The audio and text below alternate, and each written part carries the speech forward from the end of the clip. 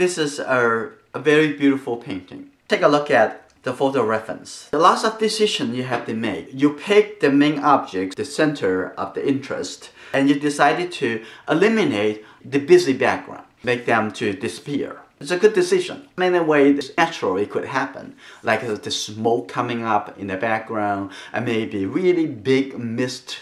Maybe there is a snowing day, and all those things, they actually make the background look really light and disappear. If you want to keep the background, and that is another option. You want to make the background to be much darker. I made this red tree, the red color a little bit lighter, to create the separation between the main object and the background colors. Like in this watercolor painting, I purposely make the top area of the background to be much darker. So with the big value contrast, the girl's face became the focal point of the entire painting. In that case, you probably better use a masking fluid, the small tree. You can paint the background to be a little bit darker, use a little bit more wet into wet so that the detail would last and have a little bit soft feelings in the background.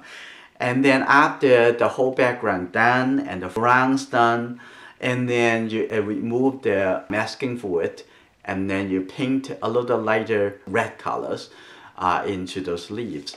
That will be another way to treat the relationship between the background objects and the main objects, and make the main object still going to be standing out even you have some background in the back.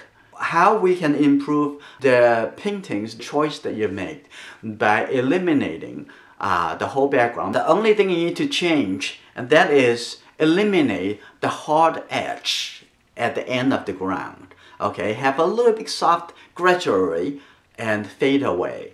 And that would be the only thing you need to change. Based on this painting, you just use the water to wash it, a bigger flat brush. You can soften the edge, make the ground to be gradually lighter and lighter and lighter.